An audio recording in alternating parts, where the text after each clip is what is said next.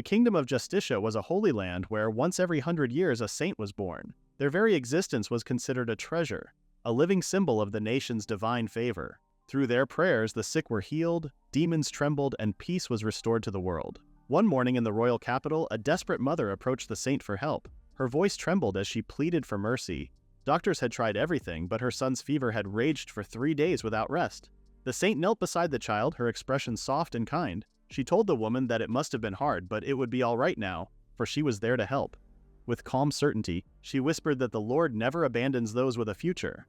Her name was Frémea, the Saintess of Justitia. The mother watched in awe as Frémea began to pray, a gentle light surrounding her hands. Within moments, the boy stirred, his fever fading, his eyes bright once more.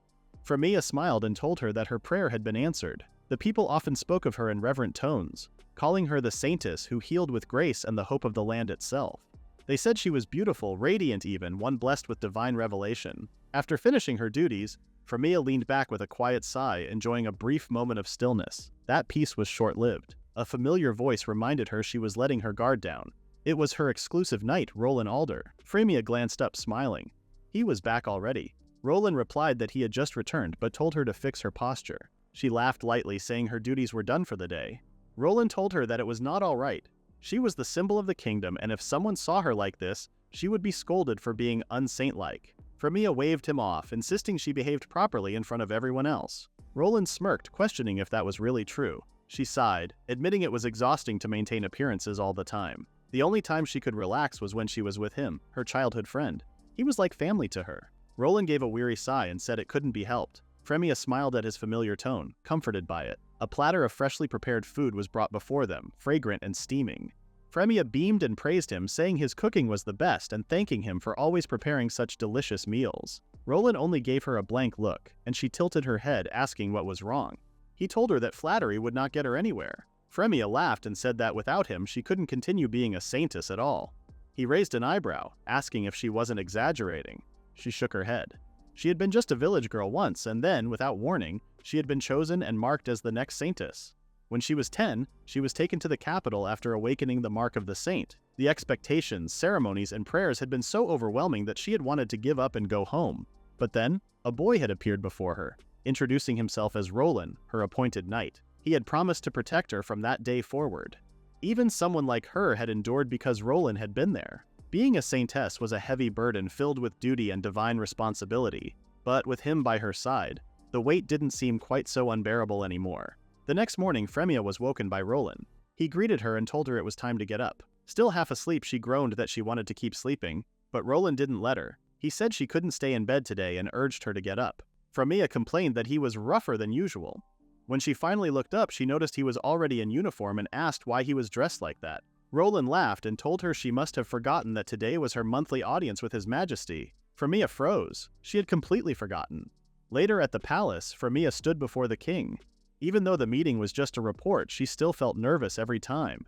The king asked her how things were going, and after she answered, the audience ended quickly. As they left, Frémea said at least she hadn't been late. Roland pointed out that it would be better if she could wake up earlier, or at least without his help. Frémea replied that his voice was her alarm clock. Roland sighed, saying he wasn't a rooster, and reminded her not to relax too much inside the castle. Frémea admitted she was tired, yawning as they walked. Roland said that when they got back he would make her something sweet. She smiled and made him promise, and he agreed, asking her to hold on a little longer until then. They started heading home, but a voice called out to them. A blonde girl stood in their way, commenting that Frémea was leaving already. She said it was expected of someone from the countryside still unable to adjust to life in the castle. It was Princess Yulia Scheherazade. Frémea thought to herself that she always seemed to run into the people she least wanted to see. Yulia turned to Roland, saying it must be difficult serving the Saintess. She told him that if he disliked it, he could ask to be replaced. But Roland calmly said he had chosen to be Frémea's knight and wanted to stay by her side. Yulia smirked and said he had strange taste.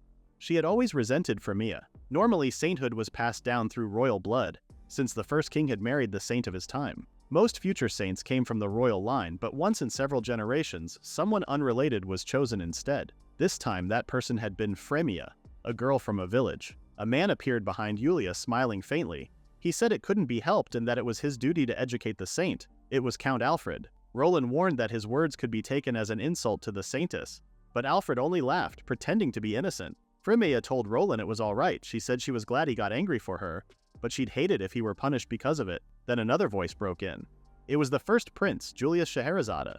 Frémea turned quickly, surprised to see him.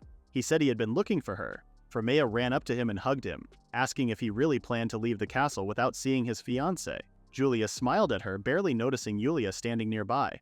That was one more reason Julia hated Frémea. Her brother was engaged to a girl from the countryside.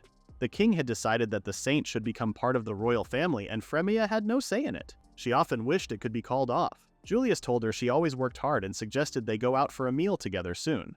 Frémea said she would be honored, and Julius told her he would let her know before leaving. Frémea smiled faintly but felt exhausted inside. She and Roland decided to head home. That night, a meeting took place in the palace. The nobles spoke quietly among themselves. Someone asked about the king's condition.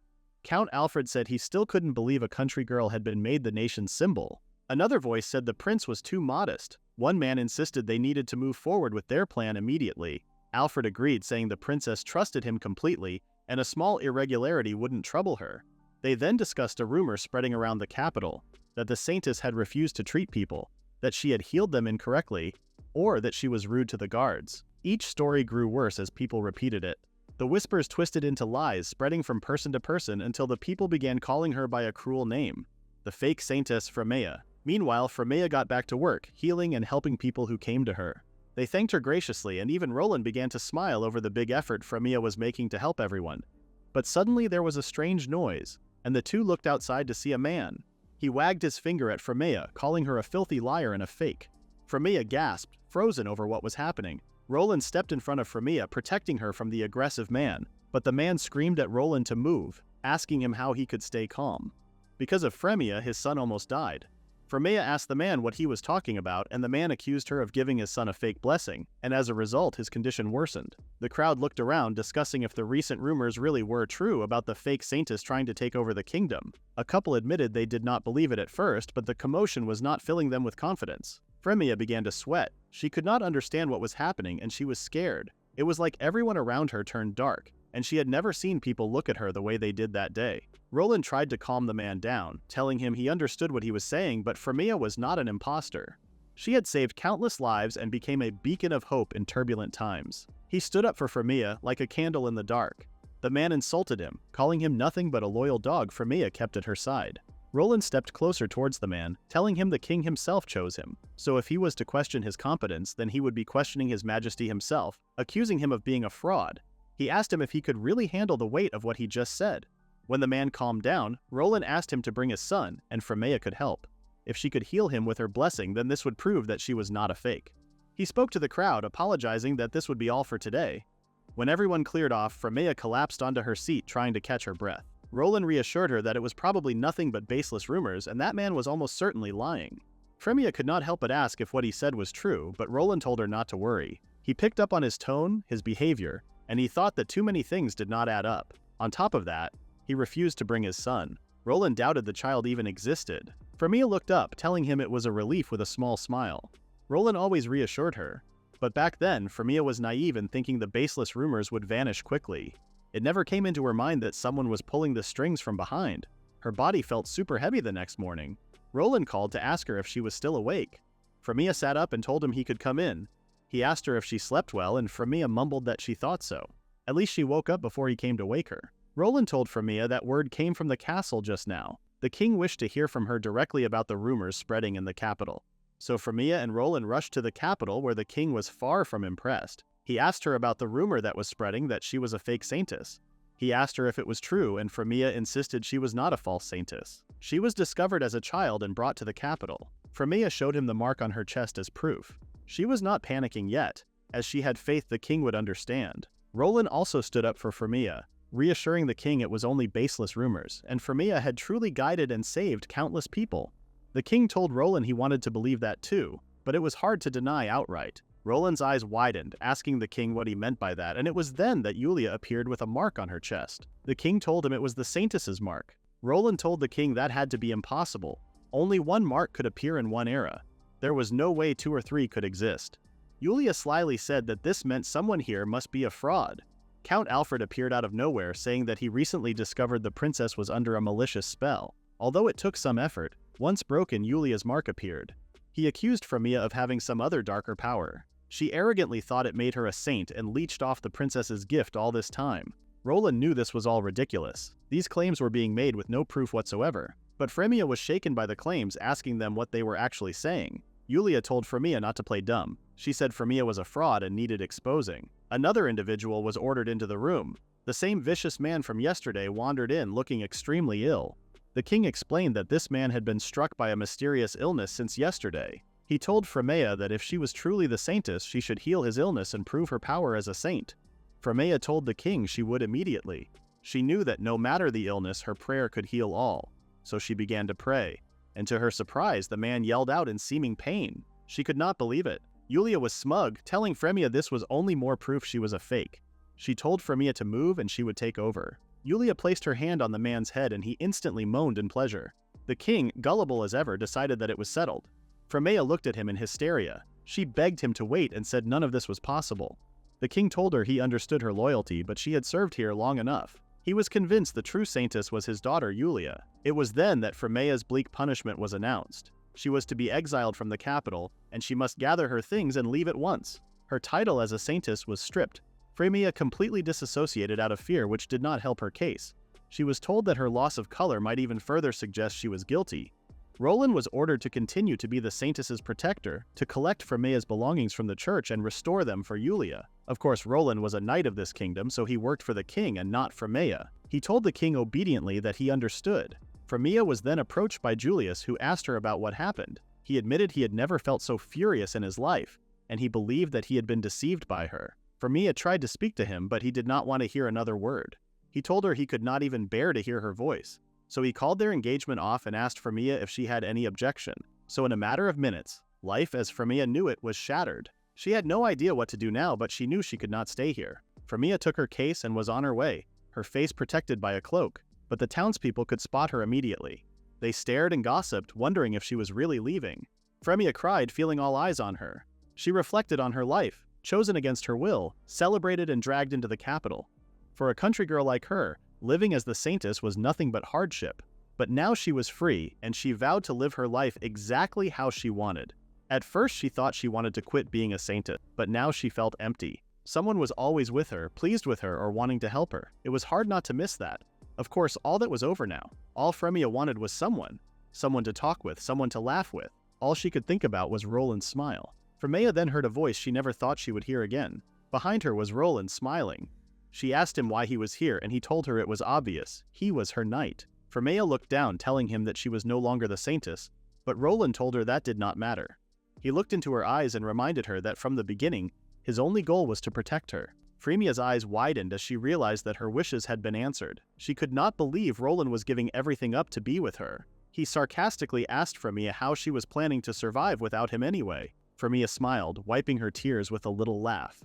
Roland picked her up and put her on the back of his horse.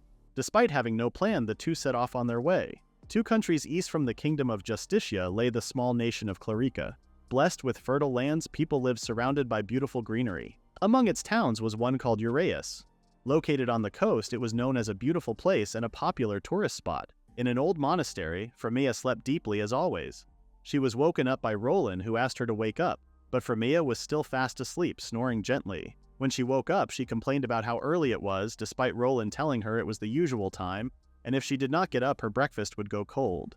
Frémea smiled, knowing Roland's cooking was delicious even when it was cold. Roland smirked, threatening that he would eat it all himself. That was enough motivation for Frémea to get up, asking him to wait for her. Roland chuckled, wishing Frémea a good morning. 6 months after leaving the royal capital, Roland and Frémea had been living together in an old church they found in the town. There were originally plans to demolish the church, but they arrived just before, almost like fate itself. Frémea got dressed in the sister's robe they made for her. It made her look especially saintly. She headed down where food was laid out for her. Frémea sat down and told Roland not to call her a saint. She noticed how he would keep calling her that. Roland apologized, telling her it was just a bad habit of his. Frémea thought she was the only saint, but there were others. At least the townsfolk believed that she was unrelated to the capital's saint. Roland told her that was true, and Frémea wondered what kind of people the other saints were. She brought up how she would love to meet them one day. Roland told her when the time comes he would welcome them warmly. Frémea's eyes widened, asking him if he meant welcoming them with some food. She warned Roland to drop the formal speech too, since they were alone together now. But Roland told her that was another hard habit to break. Frémea sighed. When they first met, Roland would sometimes skip honorifics. It was funny, but now she knew that being respected was not a bad feeling. She asked Roland what the plan was today, and he told her he would get ready. The two headed to the church hall where Frémea swept and completed the morning chores. Half a year in, and the place looked cleaner than it ever had. She turned to Roland, telling him when they first came, the place was buried in dust. She found it disgraceful to call it a house of God. Roland smiled, proud that they made it shine again. Frémea noticed how handsome he looked, telling him black really was his color. Roland smiled sweetly, telling her he was still getting used to wearing it. Frémea wondered if it was because the black contrasted with what he used to wear, his knight's uniform. Her compliments made Roland blush slightly, which made him look even more adorable. Their interaction was paused when an older woman walked in, wishing them a good morning. She asked if they were working already. They smiled and wished the lady good morning, asking what brought her here today. Frémea listened to the troubles of the townspeople and healed their illnesses, just like she did before.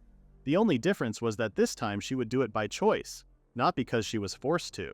She smiled as the woman thanked her for helping her with her pain. Frémea stretched out after a long day of healing. She was happy that everything was going accordingly. Roland smiled, telling her well done. Frémea looked at him and asked if he was heading out somewhere, and Roland told her he was going to do some shopping.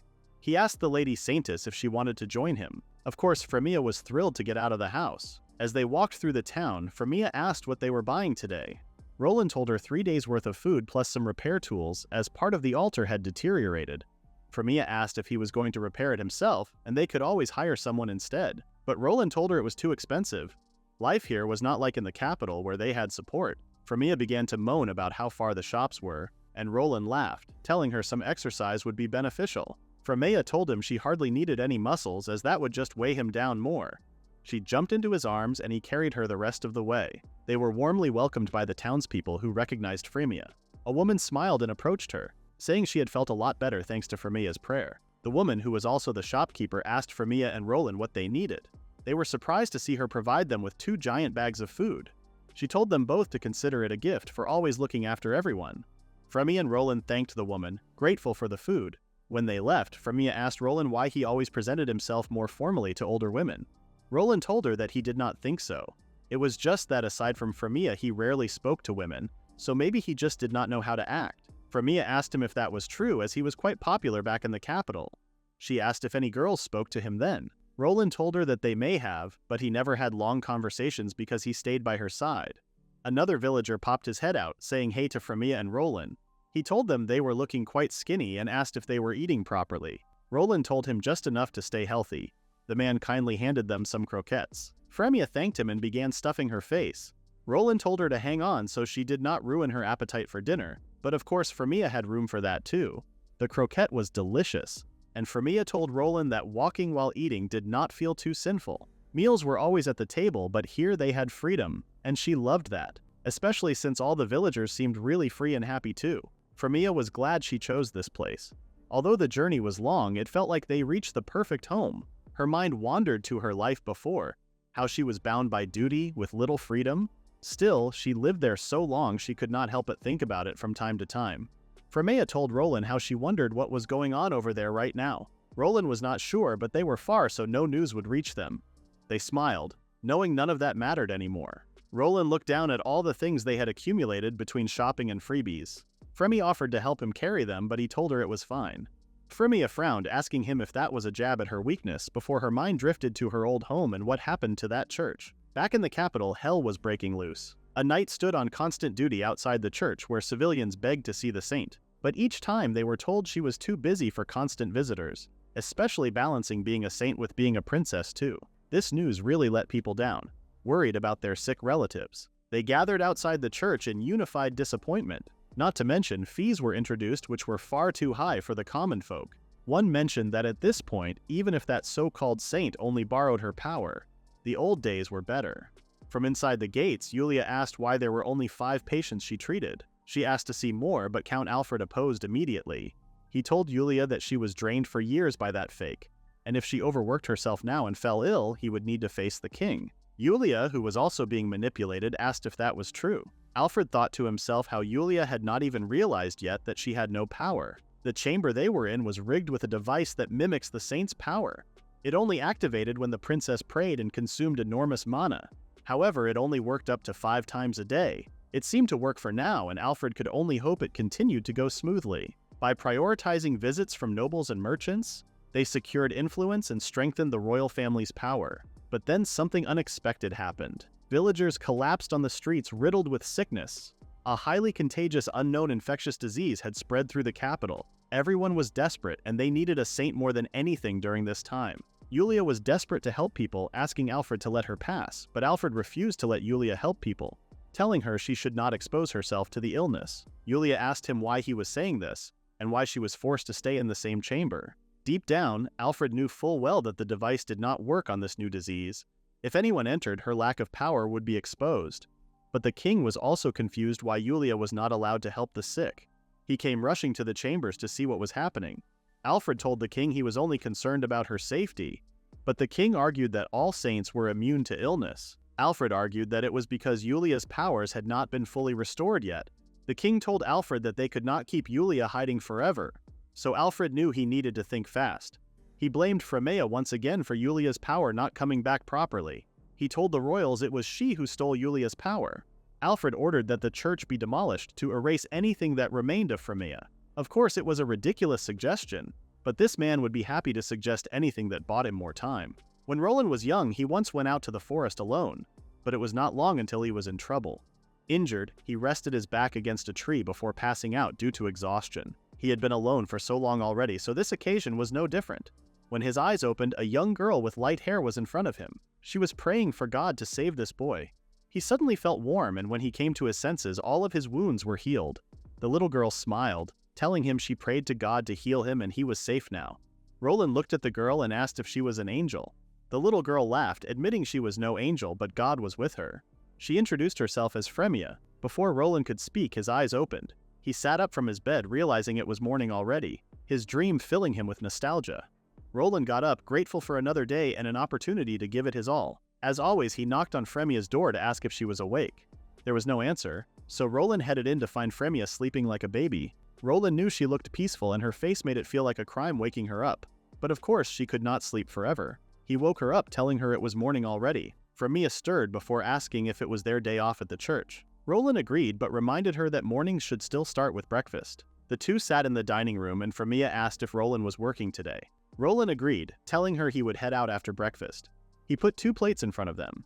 Frémea began to eat, asking if she would be staying here alone again with an unhappy frown. Roland laughed gently, telling her not to sulk. So Roland headed off to the Adventurers Guild, dressed in a cloak and a sword draped across his body. The door rang as he entered, and he was met with 3 smiling faces. Ever since coming to this town, Roland had been working as an adventurer on church holidays with friends. Roland wished everyone good morning and apologized for being late.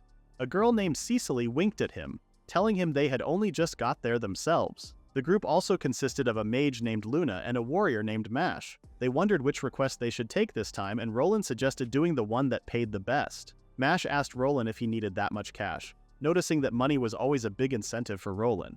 Roland told him that it was because he did not want Frémea to ever go without. The girl smiled, teasing him for always having Frémea on his mind. Luna even called him a lovesick maiden. Roland blushed, telling them he did not think that was the case. He was roughly embraced by Mash, who teased Roland for becoming an adventurer for Frémea's sake. Roland admitted Frémea was everything to him. The girl smiled at his words. Roland was very loyal to Frémea like a knight. Long ago, Roland swore to protect Frémea. 7 years ago, they met again and Roland renewed his vow. Roland knew that in order to protect Frémea, he would go to the ends of the earth, even if someday she came to hate him for it. Meanwhile, back at home, Frémea pondered what she should do today. She was quite bored without Roland around. Not to mention, the church felt so much bigger.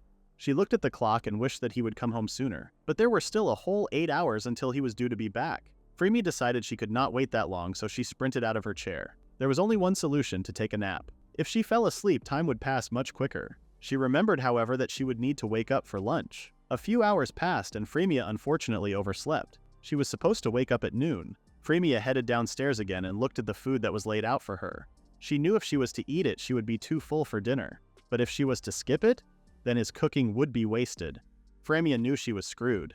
She looked at the basket to see fresh and delicious food made especially for her. Even back in the capital, Roland would tell Frémea off for lazing around. She knew that if he were to find out, he would be mad. She suddenly came up with an idea. If she were to exercise after eating, it would probably make her hungry again for dinner. She also remembered Roland suggested she build up her stamina anyway. She smiled at her fantastic idea, hoping that Roland would even praise her. Frémea decided to begin straight after eating. She started by doing sit-ups, vaguely remembering Roland training this way, but after 3 reps, she was done. She could not believe how easy it looked compared to actually doing it. She was reminded again of how strong Roland was. He could do everything, cook delicious food and do hundreds of sit-ups. He really was her knight and probably way too good for her. Frémea woke up to Roland announcing that he was home, and she quickly realized she fell asleep once again. She hurried to welcome him back, and Roland told her that he would prepare dinner right away. Frémea panicked, knowing she was not hungry at all. To make matters worse, Roland told her how he picked up some extra treats for dinner. Frémea asked Roland if he was tired, and if so they could always eat later. But Roland insisted he was fine. She came up with another idea to suggest that she could help. But Roland told her that would mean cooking would probably take longer. He instantly knew that something was up with Frémea, especially noticing her obvious bedhead and how she tried to avoid dinner. Roland turned and asked her if she was bored without him, so decided to nap all morning, overslept lunch, and now just woke up again. Frémea could not believe how well this boy knew her. She could not even think of an excuse, and Roland asked her if she really spent the whole day sleeping. Frémea blurted that it was not her fault. It was just a boring day without him. She looked into Roland's eyes, who called her name. He told her that was no excuse. Roland lectured her, knowing that the lady truly was hopeless sometimes. Roland and his friends headed out on the mission they had chosen. On the way, Roland asked how the situation was. Luna told him she sensed one from here to 9 o'clock. Luna then mentioned that it had noticed them and warned the rest of the group that it was coming their way. Roland reached for his sword, suggesting they use their usual formation. They were all prepared to take the mystery beast down. They counted down until a giant bear came charging towards them. Cicely raised her bow, but upon closer inspection the bear was much larger than they anticipated. Mash noted how it was much faster too. He raised his sword and dodged the bear away. Luna used her magic to entangle the beast in vines, and finally Cicely raised her bow and fired straight into the beast's eyes. Roland took off, sword first, and in no time the bear had been taken down. On the way back, the group were in high spirits that the job went smoothly. Roland told everyone he would turn in the report and instructed them to wait there. Cicely could not believe they had encountered a fully grown bear, and mentioned how she had not seen one for a while. Luna guessed that they were preparing for hibernation since it was almost winter. Roland agreed, explaining that beasts fought to survive too, and said that it would have been better if they could have driven it deeper into the forest. His words got him scolded by Cicely, who reminded him that the quest specified they eliminate the bear. She told Roland he was far too soft, even on monsters. Roland smiled, telling her it was just her imagination. He knew monsters were a threat to humans. Cicely teased that the only person he was soft on was Frémea now, and Roland told Cicely not to tease him, but she continued to ask what he liked about her. Roland blushed, asking what was with all the questions, but Cicely said she was only curious. Did Roland like how Frémea looked, or was it more her character and how she helped others? Roland corrected Cicely, telling her he was not by Frémea's side because of shallow reasons like that. Cicely told him there was nothing shallow about what she asked. She wagged her finger at him, and Roland eventually asked if it really looked that way to them. The girls told him it was totally obvious. Roland looked down, embarrassed that they had figured him out. Cicely smiled in satisfaction now that Roland had finally opened up a little. She punched his chest teasingly before telling him he was actually pretty bad at relationships. He had been quite standoffish at first, after all. Roland explained that he just did not really know how to handle feelings people directed at him. He sighed, but of course the girls had more questions. They asked again what he liked the most about Frémea. Roland paused before asking what they gained by asking noisy questions like that. Cicely looked at him like he was talking nonsense, telling him that love talk actually fuels a girl's soul. Roland knew he could not escape this time. He accepted that Cicely would not give up, and she begged him for all the details. She told him he would feel better expressing his feelings. Mash returned and swung his big arm around Roland, apologizing for keeping them waiting. He passed Roland a bag of coins, congratulating him on his good work. Roland smiled and knew that was his cue to leave. He smiled and waved goodbye to the girls, who were livid that they had gotten nothing out of Roland once again. Mash stroked his hair, saying that if there was one thing about Roland, it was that he never changed. The girls groaned at Mash for ruining the moment, but Mash was none the wiser. The next day, Roland and Frémea got up and dressed. They decided to do their best today as always. The church door opened and they prepared to welcome their first visitor. It was Cicely. Frémea smiled warmly, but Roland looked like he wanted to kill his friend for dropping in. Cicely rushed over to Frémea asking how she was. Frémea told her she had been busy as always. Roland asked Cecily what she was doing there, and Cecily asked if she was banned from visiting Frémea. Frémea blushed, touched that Cecily wanted to be her friend. The two girls hugged and Frémea smiled. Back in the capital, she could not really have any friends aside from Roland, of course. Roland told Cecily they had duties today. Cecily suddenly remembered that she had business to attend to with Roland, and Frémea asked what it was about. Cecily told her they needed to finish yesterday's conversation. Roland smiled and asked Cecily what she was talking about, but Cecily hissed at him, asking if he was playing dumb. If that was the case, should she remind him of the entire conversation from the beginning? Roland miraculously remembered that he needed to buy something. He told Cecily to stay with Frémea while she worked. Roland hurried off once again, and Frémea found it cute how flustered he was today. Cecily sighed, telling Frémea something about Roland getting away once again. Frémea asked what they were really talking about, and Cecily told her it was a secret. Of course, this only made Frémea want to know more. Cecily smiled, telling Frémea it would not be any fun if she told her here. She suggested they have girl talk until he comes back. The idea of girl talk really appealed to Frémea. Cecily asked if Frémea had been engaged to a prince once, and Frémea went silent. Cecily asked if nothing had happened back then. Would it have ended in marriage? Frémea had told Cecily about life in the capital before. She said she thought they would have married, which made Cecily ask if she liked the prince. Frémea told her that she did not dislike him, but other than that she was not sure. Of course, Julius was kind, handsome, and perfect inside and out. He was the man most girls would dream of. But his final words were so cold and it hurt her a lot. Frémea admitted she had been drawn to him, but now she did not know anymore. So that meant it definitely was not love. Cecily smiled, satisfied with the answer she wanted. She asked Frémea what her type was. Frémea looked at her, asking if she meant in terms of men. Cecily nodded enthusiastically. Frémea struggled to answer since she had never thought about that before. But Cecily was desperate for an answer. She told Frémea to describe her ideal man off the top of her head. Frémea suggested she would like someone who puts her first, someone kind and strong, and someone taller than her. She added she would like someone she is never bored with, who would make every day fun just by being there. And of course, someone whose presence feels natural, like they belong by her side. Cecily could not help but smile, knowing Frémea was certainly describing someone they already knew. She cooed at Frémea, who said someone like that was quite hard to find. Cecily's smile dropped as she wondered if Frémea was really that blind. She wondered if Frémea seriously did not realize, and if so, then this might take a while. Frémea laughed, telling Cecily she was a pretty weird girl. The next morning, Roland wished Frémea a good morning. He came into her room with a big smile on his face, pulling her curtains open. Frémea began to wake up, noticing immediately how cold it was.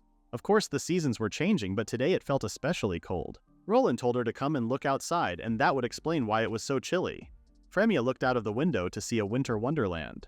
It was her first time seeing snow, and she thought everything looked so white and beautiful. She just could not believe that it piled up this much overnight. Roland looked around as they stepped out, describing it as if the whole town had put makeup on. Frémea asked him what they should do now, and Roland told her that he was planning on doing some shopping today, but now he was not too sure.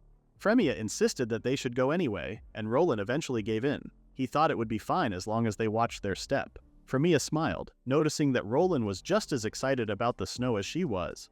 So it was decided that they would get dressed and head out for the morning. When Frémea stepped out of her room, Roland told her she would end up catching a cold dressed like that. She wore her cute dress with a little cape and cap, but Roland was far from impressed. Frémea reminded him she was a saint, so she would not catch a cold. Roland asked if she was joking.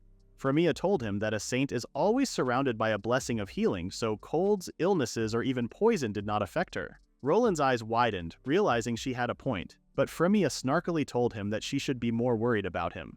Roland smiled as he looked into Frémea's eyes. He told her that he would be fine, but Frémea called him naive, knowing full well that even the strongest body can still fall ill. Roland smiled, telling Frémea that with a lady Saintess by his side, he had nothing to fear. Frémea's eyes widened as they gazed at one another. Had Roland really just admitted that he relied on her? The two headed out into the village, and Frémea was very happy to see the snow. Even just the sensation of walking in it was fun. Roland laughed, telling her not to get too excited or else she would slip. But Frémea turned to tell him that if she did, she was sure he would catch her. But something did catch their eye that morning.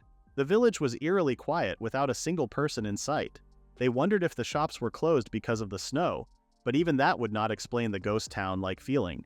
They both wondered if something happened. Roland approached an old man who was on the street to see if he had any knowledge of what was going on. The man smiled, telling them that a nasty flu goes around at this time of the year. He explained that it was a brutal illness, fatal to kids and the elderly too. This year it was especially contagious and spread really quickly, so no one wanted to risk it. Frémea understood why the town was so quiet, especially if there was an epidemic. The old man also told them that there were no doctors around here either. Frémea had also noticed fewer people coming to the church lately too. She turned to Roland, who told her he understood. Frémea looked at him, shocked he could predict what she was going to ask. She smiled at him, telling him it was as expected of her knight. Roland and Frémea worked hard to gather everyone who was poorly. They sat in the church, which made Frémea happy. She did not think they would have a big turnout with what was going on. She thanked everyone for coming and reassured them they would be all right, before holding her hands together to pray. She started by saying that as long as she was in this town, she would not ignore anyone who was sick.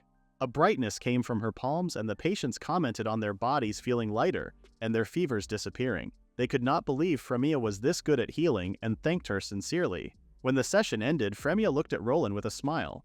She told him that this should bring light back into this town. Roland agreed, but he expected nothing less of the Lady Saintess. He did tell her that this meant the entire town now knew who she was, but Frémea was fine with it. She had been a saint her whole life, and that was not something that would change.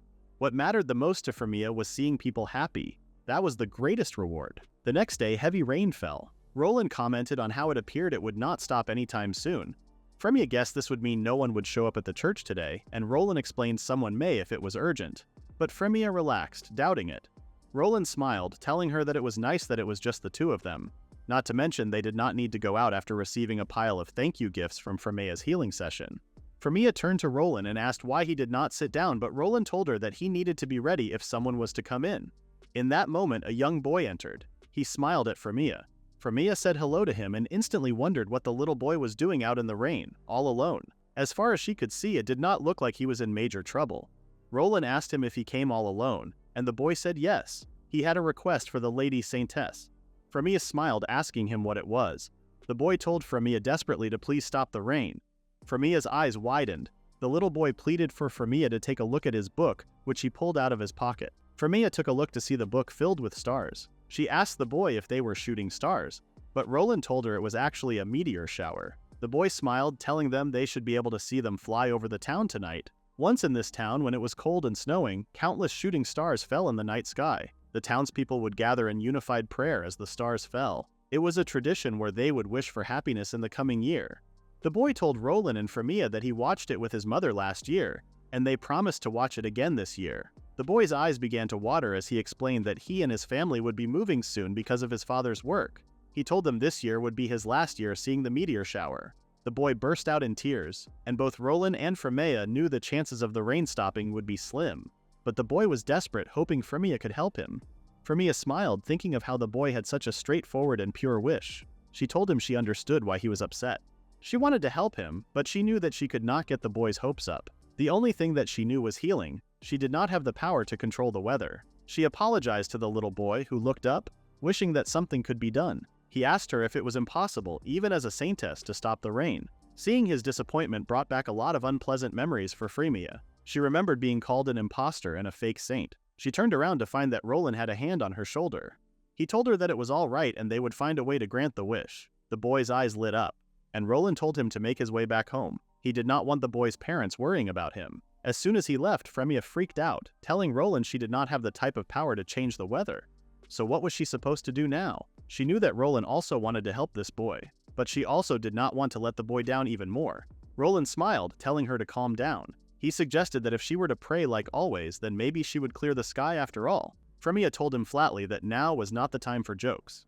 But to her surprise, Roland told her that he was not joking. He genuinely believed she could stop the rain and that her power was not only limited to healing. Roland recognized that Frémea had a calling to help people, so this was within her power. He smiled at her sweetly, believing that she could do it. Frémea's eyes widened. She got this feeling inside her. When Roland told her she was capable, she genuinely felt like she could do it. She agreed that she would ask God and wish for the rain to stop. But that was all she could do. So that morning, Frémea got on her knees and prayed for the boy and all his precious memories in the town. She wished for a sky full of stars and a night of meteors to come to him.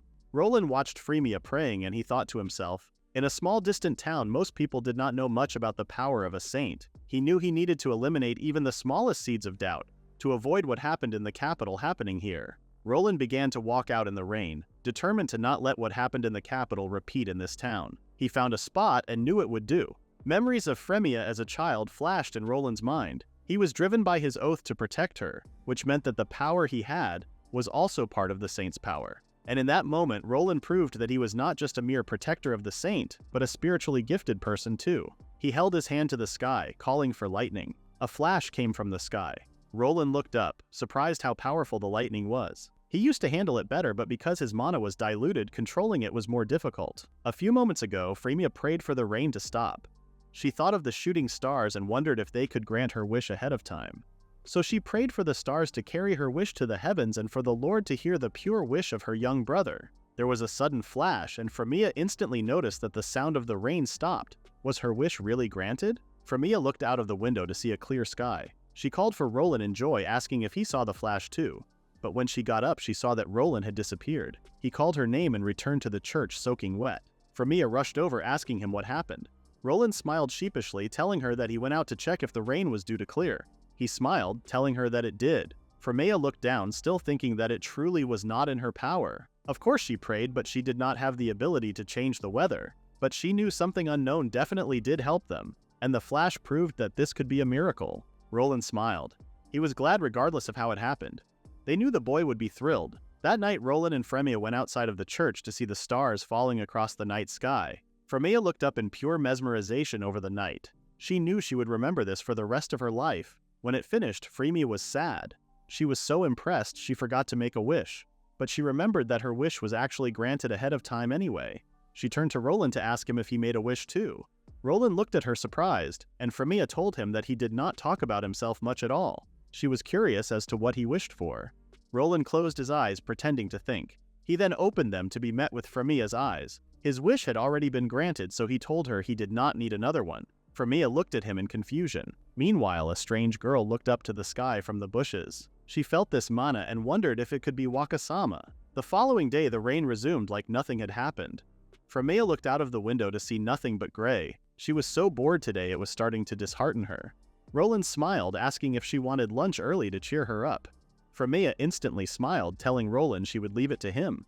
She suddenly heard a noise, or a meow to be specific. She turned to see a cat which found its way into the church. It was soaking wet. Frémea gasped, rushing towards it. She asked Roland to quickly grab a towel. Frémea petted the cat dry with a towel, asking Roland if he thought it was a stray. Frémea looked at Roland with cute eyes before asking him if they could keep it, but Roland instantly said no. He asked her if she noticed the collar around the cat's neck, which probably meant it was someone's pet. He told Frémea they should try and find its owners. Frémea knew it was true. She was so distracted by how cute the cat was that she did not realize it had a collar. The cat meowed again. The rain was still pouring down outside, and Frémea asked if the kitty could stay with them until the rain stopped. Roland smiled, telling her he did not see why not. Frémea thanked him with a big smile. She looked at the cat, telling him it could stay with her for a little while. So Frémea spent her day playing with the cat, really enjoying his company. Roland, on the other hand, seemed quite distant and distracted. A few days passed and the rain finally stopped. Roland told Frémea that the skies were back to normal. He held up a small basket, telling her he would go out and look for the cat's owner right away. Frémea agreed, but of course she was sad. She would miss the poor kitty dearly. She pulled it in for one last squeeze. Frémea knew that as much as she would miss the cat, the owners must be worried sick. She told Roland she wanted to help him in finding the owners, but Roland warned her he was planning to walk all over the town. Frémea insisted she would be fine with that. So the two set off, asking people if they recognized the cat. But most people said no, and some even mentioned how they wanted to take it for themselves. Frémea began to stress out with no luck in finding the owners. Frémea wondered if the cat could have been abandoned. Roland told her if that was the case, then they needed to try and find the cat a new home instead. Frémea thought to herself before asking Roland if it could be that he was bad with cats. She confronted him for avoiding the cat this whole time. It was so cute, but Roland did not even touch it. Roland told Frémea that it was not that he did not like it or anything. Frémea told Roland if that was the case, then she had something she wanted to ask. Of course, Roland knew what that was going to be. Frémea insisted she would take full responsibility for the cat and pleaded for him to let her keep it at the church. Of course, she knew that she could not just let her go. If she could have the cat as her pet, it would make her really happy too. Roland eventually gave in, telling Frémea that he could not really say no with the face she was making. Frémea smiled, overjoyed they were keeping her. She knew she needed to come up with a name, but she could not think of anything on the spot. Roland suggested they call the cat Cheshire. The kitty meowed in approval. Frémea smiled, and it looked like they had their answer. She held Cheshire up and told her it was nice to meet him. So the three returned to the church where Cheshire slept on Fréméa's bed with her. But suddenly he woke up and wandered down the hallway into the kitchen. Roland was there, fixing some garments late at night. He saw Cheshire slip through the door, asking her what she was doing here. And suddenly Cheshire began to grow until she transformed from a cat to a creepy-looking cat girl. Roland freaked out, but the cat began to cry. She told Roland that he must have noticed it was her and she was dying to see him. She embraced him in a warm hug. Roland told Cheshire to get off, but she continued to say she had been searching for him forever. Roland told her he understood, but she needed to calm down. The kitty girl climbed off him and told him she was calm. He asked about how she managed to find him, thinking he was officially dead to everyone. Cheshire told him that was what the others thought, but she never stopped believing Wakasama was definitely alive. She told Roland how she felt a faint trace of his mana and followed it. Roland thought that could have happened when he went outside to try and stop the rain. Cheshire told him that when he disappeared she went searching for him immediately, and she was so glad she found him. Roland could not believe that Cheshire kept searching for him for over 10 years. He smiled, petting Cheshire's head, but Cheshire was more than happy to find Roland safe. She told him since Wakasama was hiding his identity, she made sure to act like a cat. But of course it hurt that he was keeping his distance. Roland apologized. He knew he did not want Frémea finding out too much and he wanted to tell her after some space. Cheshire asked Roland what he had been doing all this time, and Roland looked surprised she was asking. She instantly got the feeling that Roland had been through a lot, but from now on she wanted to help him. Not to mention Frémea saved her too, so she would protect her too. Roland smiled, knowing it would be reassuring having someone else around to watch over Frémea when he was not. So Cheshire asked Roland to let her stay by his side, and Roland smiled, letting Cheshire know that he already planned to. He told her that Frémea liked her too, and Cheshire asked if that was the reason why he was letting her stay. The following morning, Roland headed off on his adventure, and Frémea told him to be careful. She promised not to nap all day, especially since she had Cheshire to keep her company now. Cheshire meowed from Frémea's arms. When he left, Frémea placed Cheshire on her lap, asking her if she knew where Roland was going. She explained gently that Roland was out adventuring. Cheshire was thinking about how hard Roland was working and promised to protect Frémea while he was out on his important mission, but after no time, Frémea was bored again. Cheshire could not believe it since it was not even noon yet. How was this girl bored already? Cheshire rubbed her head against Frémea, who asked the cat if she was bored too. Frémea then came up with an idea that her and Cheshire could set off to find Roland, but of course Cheshire knew that could not happen. She told Roland she would take care of Frémea so she could not let her leave. But in her cat form, Cheshire could only meow like crazy. Frémea asked her if she was warning her that it was dangerous out there. Cheshire could only hope that Frémea understood, but to her horror, Frémea set out to the town, bringing her cat with her. Cheshire was hopeless in cat form, knowing she could not blow her cover. On the way, the shopkeeper asked Frémea if she was on her own today. Frémea told her that Roland was on another job, so she thought she could go and see him.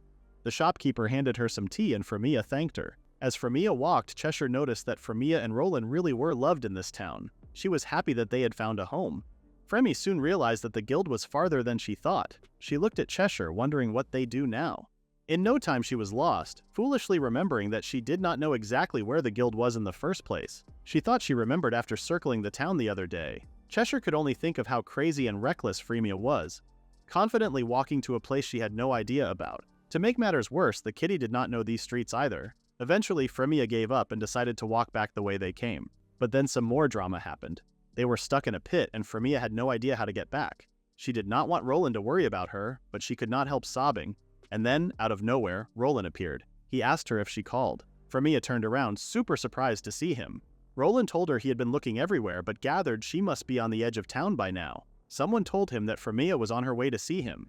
Frémea looked down, apologizing for troubling Roland. But Roland smiled, telling her not to worry. They could talk about it later and focus on getting back home now. Frémea thanked him, knowing that Roland had saved her once again. When she got back, she got lectured by Roland. And Cheshire could only think about how scary Roland was when he was mad. She bowed her head, feeling like she disappointed Roland too. Her first day guarding Frémea ended in trouble.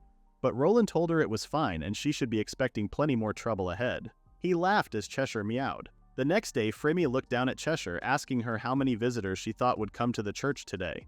Cheshire meowed and Frémea smiled. She hoped lots of them would show up. Before long, there was a visitor already. A man with a cloak asked if this was the church where the saint lived. Frémea looked up, and before she could say anything, the man pulled down his cloak. It was Prince Julius. He told Frémea it had been a while, he had heard rumors, and they reached him here. Roland said hello to the prince too, who quickly understood that Roland had followed Frémea to this place. Roland firmly agreed, reminding the prince he was dedicated to guard Frémea.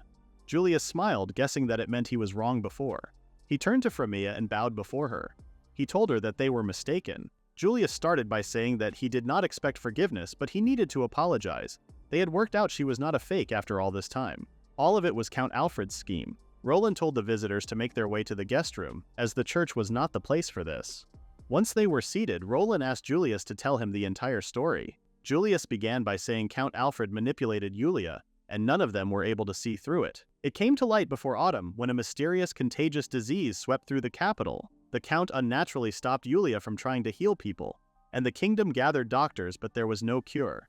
The death toll climbed as time passed. The king and Julia broke free from the Count's restraint and tried to perform a healing prayer independently. But the outcome was inevitable, because the only fake Saintess was Julia. Alfred disappeared after that, and of course Julia lost the public's trust. Because of the royal family's foolishness, many died, and as a result his father became ill from the stress. When Julius had finished, Roland asked him if the reason why he traveled all this way was to apologize to Frémea. But Julius admitted that there was another reason. He asked Frémea if she would use her power to save the people in the capital. Julius began to sweat, knowing it was a selfish question. But they were helpless. Julius looked into Frémea's eyes as he told her that people were dying as they speak. He told her that the people of the capital were innocent, and he needed to borrow Frémea's strength not for his sake, but for the sake of the people. Frémea turned to Roland, hoping for his help in the decision. But Roland smiled, telling her to do as she wanted. He would follow her decision whatever it was. Frémea looked down, knowing the betrayal still ached. It was painful, and she did not know if she could face returning. She was no longer the Saint of Justitia, but as someone who used to be in that position, she would cooperate this once to honor the people who were suffering. So Frémea and Roland headed back to the capital in the royal carriage. When they arrived in the familiar streets, Frémea could not believe she was back.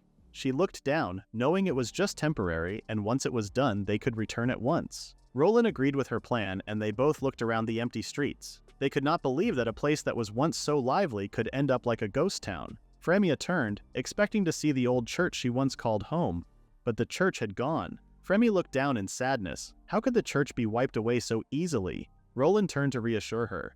He told her that it could be a good thing now, no matter what. There was no reason for them to stay here. Frémea asked Roland what he thought about all this, and Roland smiled, telling her he did not. This place did not matter to him. But Frémea's presence did. His words made Frémea blush and stutter that she understood. The three arrived at the palace and headed straight to the king's chambers. The king was weak and frail, looking up to see that Frémea had returned. Frémea was saddened to see the king in this condition. He looked like an entirely different person. So Frémea did what she does best and prayed for the king to recover. In no time he was sitting up, and he rushed to Frémea to apologize. He told her that even if he apologized, it would not change the fact that they betrayed her. But he knew the people were not to blame. If anyone was to blame, it would be him. The king begged Frémea just this once to save the people. Frémea smiled bravely, telling the king to raise his head. She reassured him that the reason she was here was to save people. She turned to Julius, asking for him to arrange a space where they could gather a large number of people. Julius agreed, and before he headed out, Frémea apologized for bringing this up. But His Majesty was already. Before she could say another word, Julius told her he understood. Julius arranged for the knights' training grounds to become the space where the sick would be healed.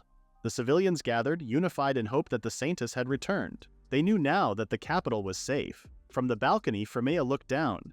She could not help but realize how fickle humans were. The very same people who shunned her appeared in the crowd today, so their praise could never bring her joy again. Roland appeared behind her, asking if she was all right. Frémea knew she needed to perform this quickly so she could return back home with Roland. She held her hands together and asked the Lord to grant salvation to these people. She called for the light of salvation, and in no time the people were full of life again, hugging one another. Completely overjoyed, they got a second chance at life. Frémea smiled at Roland, but she felt completely drained from the day. The two returned to the palace, where Frémea yawned. Roland told her she really overexerted herself today, healing all those people at once. But Frémea smiled. She just wanted to finish quickly and go home. Roland understood where she was coming from, but he feared she might collapse. Frémea smiled, telling him if that were to happen, she could count on him to nurse her back to health. Roland grinned, as Frémea thanked him for being so supportive today. She suggested they leave as soon as dawn arrived. Roland agreed, reassuring her that the carriage was already arranged. He told Frémea that she should rest and not worry about anything. He tucked her up into bed, Cheshire also watching over Frémea. When she was asleep, Roland turned to the cat, telling her he was stepping out for a bit. So he was leaving Frémea in her care. So Roland headed out onto the streets and wandered into a tiny alleyway. It was there that two cloaked people met, discussing most likely something terrible. The voice hissed something about kidnapping the saint and killing the knight. The other voice told them to leave it to him. Roland stepped out into the alleyway. "Long time no see, Alfred," he told him. The two men whipped their heads around. Roland approached them, letting them know that he kept watch since disappearing, so it seemed like it was the right move. Alfred asked him what he was talking about, as Roland told him a schemer like himself surely would try and misuse the Saintess's power to make a comeback. Roland raised his sword and pointed it at Alfred, calling for an end to this. But to his surprise, Alfred began to cackle. He told Roland he was foolish for showing up here all alone. Roland sensed another person behind him, and before he could move, he was cornered. Alfred smiled, telling Roland he was about to end up as prey for the kingdom's hired assassins. Roland turned to see that he was surrounded by men in cloaks. One raised his dagger about to strike, but Roland hit him first, raising his knife and slashing the man across the neck. The two others were met with the same fate. Alfred could not believe Roland had defeated 3 men at once, but Roland asked him what shocked him exactly. He asked Alfred if he had truly forgotten who he was, for Roland was the saint's exclusive knight, chosen from the strongest in the royal knights. It was said that he was so far beyond standard strength, he would be able to eliminate even a horde of monsters. Roland asked Alfred, for how many years did he think he held that seat? He told Alfred to bring all the kill squads he wanted, but it would be pointless. Alfred hissed, and Roland raised his sword ready to strike this problem to the ground. Alfred began to run, but there was no point. Roland told him he would be atoning with his life for betraying and framing Frémea. Alfred pleaded for Roland to wait, asking him to make a deal. He told Roland that if he were to kill him, then he and Frémea would be the ones in trouble. But Roland was not falling for it. He told him he was far more trouble alive, so he would be much better off dead right now. But Alfred continued to beg, and Roland was losing his patience. He told Alfred to beg his god after he was dead before slashing his throat. As sweet as Roland was, he was not the type to spare his enemy. In the morning, Roland returned to the palace as sweet as ever. Frémea was already awake, wishing him a good morning. She asked him if they were ready to head back, and Roland told her he was, but before that he had a report. It turned out that there was some bad news. The king passed away last night. Although Frémea had put her all into her prayer for the elderly king, in the end, the king's time could not be delayed any longer. Frémea looked down, understanding that his death was inevitable. Roland looked at her to ask if she wanted to see him before they left, but Frémea said no. She knew that they were nothing but outsiders now. So Frémea and Roland got their things together and headed out of the palace. But on their way, they were met with a familiar face who asked them who said they could leave. It was Julia, and Roland told her that they had already informed Julius that they were leaving this morning. Julia was dressed in all black, typical of someone who was mourning. It was quite obvious that she was upset. Julia screamed at Frémea, asking her why she let her father die. She insisted that Frémea could have saved him despite the fact she was not even in the capital until a day ago. Roland turned to Julia, telling her that what she was saying was not correct. Prayer can cure illness, but it cannot restore a shortened lifespan. He went on to explain how it was too late for the king, but Julia hissed at Roland to stay out of it. She was convinced it was all their fault. Frémea stepped forward, assertively telling Julia that if she had come sooner, then maybe she could have saved him. She asked Julia if she had forgotten who it was that drove her out in the first place. Frémea looked down to tell Julia she was no longer this country's saint. The saint was the princess, and Frémea only did what Julia should have. She told Julia that it should have been her who healed her father. So saying it bluntly, the one who let the king die was not her. It was Julia. Frémea walked away, leaving Julia gobsmacked. Frémea and Roland got into the carriage and made their way out of the capital, this time for good. Frémea felt relieved, calmly exhaling that her job was done. Roland told Frémea that if she felt down, she did not need to go that far in the first place. But Frémea told him she meant it. She knew that the count who framed her was at fault, and she sympathized with Julia to some extent, but she reaped what she sowed. Frémea told Roland this was her line in the sand, and it was her resolve to never go back there. She asked him if that made her a failed saint, but Roland disagreed completely. Frémea asked him if they were currently on the same road they took when they first left the capital. Roland told her the carriage was taking the shorter route, asking why she was interested. Frémea remembered a view she had from the last journey. A river, a sweep of forest, and a lookout that stretched to the horizon. She never forgot that view. But if they were on another road, then so be it. Everyone was waiting for them at home anyway, something that excited Frémea greatly. A few days of traveling passed. The journey was pretty long, and the two had to take occasional breaks to eat. Of course, Frémea took any opportunity she could to nap, but Roland, he was wide awake almost all the time. Frémea shouted at Roland for not getting any rest, but Roland smiled back, telling her he knew. Frémea could tell from his face that he knew, but still was refusing to sleep. He always put Frémea first, and she worried it would come at his own cost one day. Roland turned to her to ask if she was okay. He noticed her clinging onto his jacket for dear life. Frémea apologized, telling Roland that the road was just bumpy. She laughed, telling him he was not kidding when he said this route would be faster. But Frémea looked around and got a strong sense of nostalgia. She asked Roland if they had ever passed through this place before. Roland smiled, admitting to Frémea that he decided to make a tiny detour. He told Frémea to look out of the window. It was there that she saw the view that she loved, a beautiful lake and mountainous landscape. Roland told her it was the place she mentioned on the road, and he could tell that she was aching to witness it again. Frémea looked completely mesmerized. 6 months ago, this view was the first view that felt truly beautiful. But today, what really touched her was Roland's kindness. Just like that, Frémea felt her tired heart ease as she looked out to the beautiful landscape with Roland by her side. Roland suggested that they rest here for a bit. A little detour was nice after all. Frémea smiled, knowing that was just what she needed. So the two got back to their town a day later than planned. They were met by all of their friends and the children too, who welcomed them home with big smiles. Of course, the long journey was tiresome and the past week had been beyond draining. But for some reason, Frémea felt more than ready to start fresh the next morning on her usual saintly duties. Frémea was informed first thing that there was a huge new festival coming to town. It was the Flower Festival. Cecily told her that when spring gets close, these trees here bloom with pink flowers. They are rare, and you hardly see them in other countries, so tons of tourists come just to see them. There were also stalls under the blossoms, events, and all kinds of buzz. Frémea was super excited to hear of the event, and Cecily told her she should go with Roland. Frémea looked down, thinking about the idea.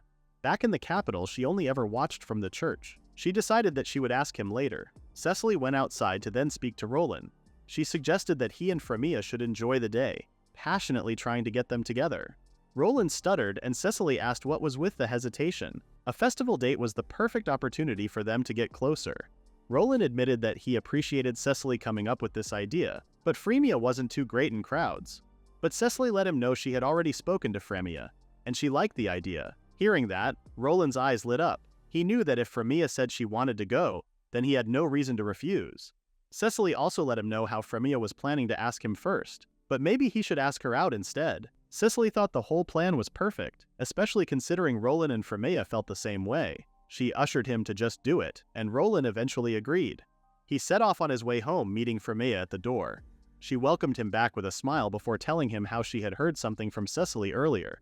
It was then that Roland knew he needed to hurry up. He asked Frémea if he could go first, and Frémea asked what it was, confused. Roland told Frémea how there was a festival in town and he wondered if she would like to go with him. Frémea's eyes widened, and Roland asked her if she was alright. Frémea told him how what he said was a coincidence, as she was just about to ask him to the same event. She smiled from ear to ear, super excited. Roland was too. They looked outside the window to see that the weather was really beautiful. Roland thought to himself that it must be because Frémea was such a good person. Frémea told Roland that the festival was on the tree-lined street at the edge of town and they should hurry. So they set off and were greeted by the shopkeeper. She asked if they were joining the festival. The shopkeeper smiled, telling the pair they looked like the perfect match. When she left, they looked at each other, wondering what that was about. Roland looked around, seeing how lively and beautiful the festival was. The flowers were just as expected. Roland told Frémea they should make the most of the day, and Frémea looked at him suspiciously.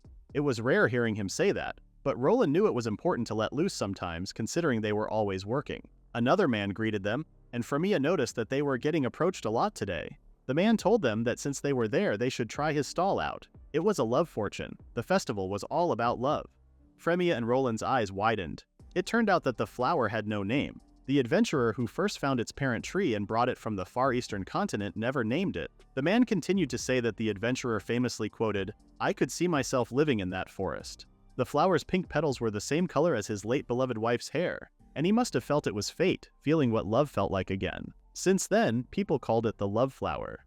So supposedly couples who joined this festival fell into everlasting love and stayed together for life. Frémea and Roland gasped. Roland then realized that this was why everyone was so sweet to them.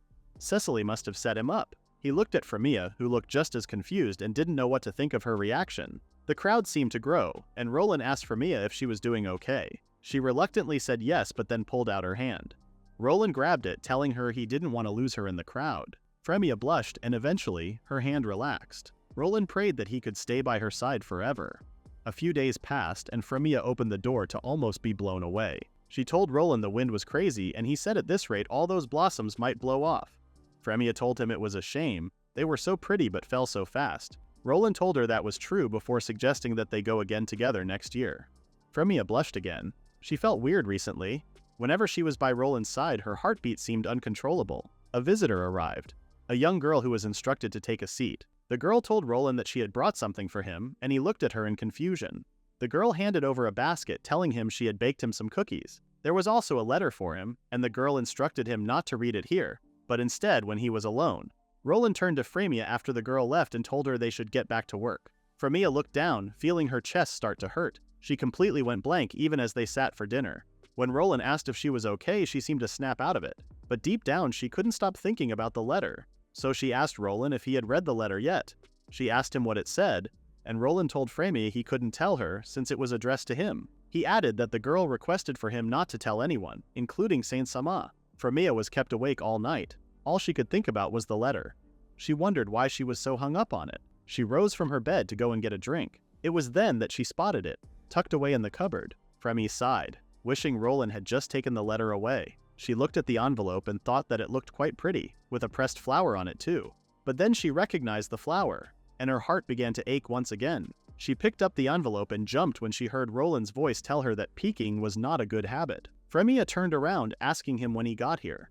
He told her just now that he needed to use the bathroom and sensed someone in the kitchen. Frémea looked down, ashamed. She asked him if it was a love letter that he had received. Roland smiled, asking Frémea if she read it after all. Frémea nodded, and Roland told her if she had read it, then that was that. Frémea asked him if he was mad, and Roland said no, admitting he was careless too.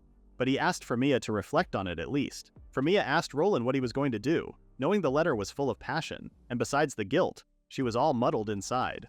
Roland told her clearly that he was going to decline the girl. He told Frémea he was grateful for her feelings, but he couldn't give her an answer he didn't mean. Frémea felt guilty over feeling relieved. She didn't know what this meant for her, though. The next day, Cecily heard all about the drama. She was shocked that Roland received a love letter, but of course she was pleased he turned it down. Frémea looked down, still visibly upset over what happened.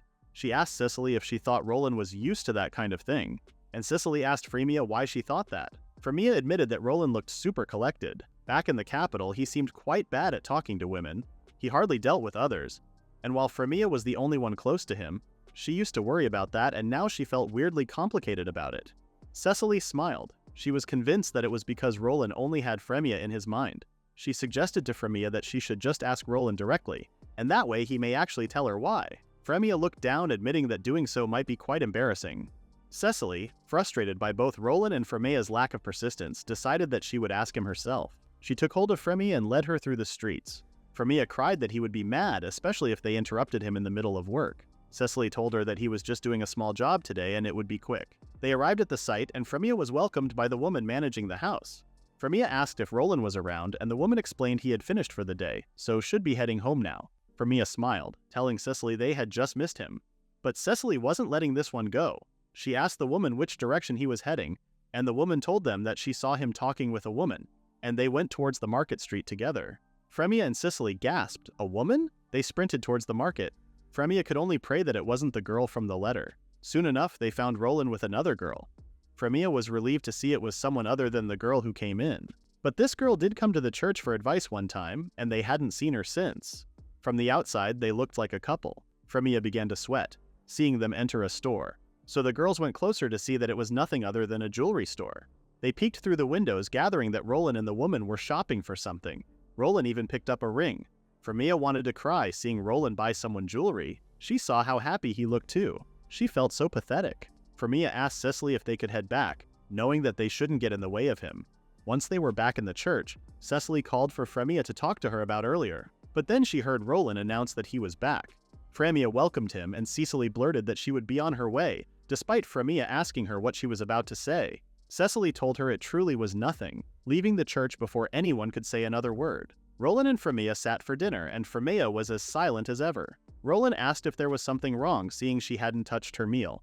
Frémea told him it was nothing. She was just sleepy and didn't get much rest today. But Roland knew there was more to it than that.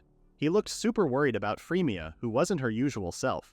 Frémea knew she couldn't face Roland at all, and she told him she would sleep early tonight. That night in bed, Frémea felt guilty that the day Roland's kindness turned towards someone other than her. She didn't want to realize it. She decided that starting from tomorrow she would act normal.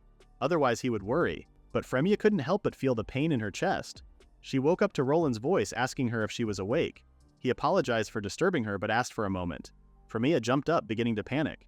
She asked him what it was, and Roland announced that he had something he wanted to give to her. He handed her a box and told her he was meant to give it to her tomorrow, but he hoped it would lift her spirits now. Frémea opened it up to see a beautiful necklace. Roland told her it was a present for her, explaining that she might not remember, but tomorrow marks exactly 8 years since he became her knight. Frémea smiled, realizing it was true.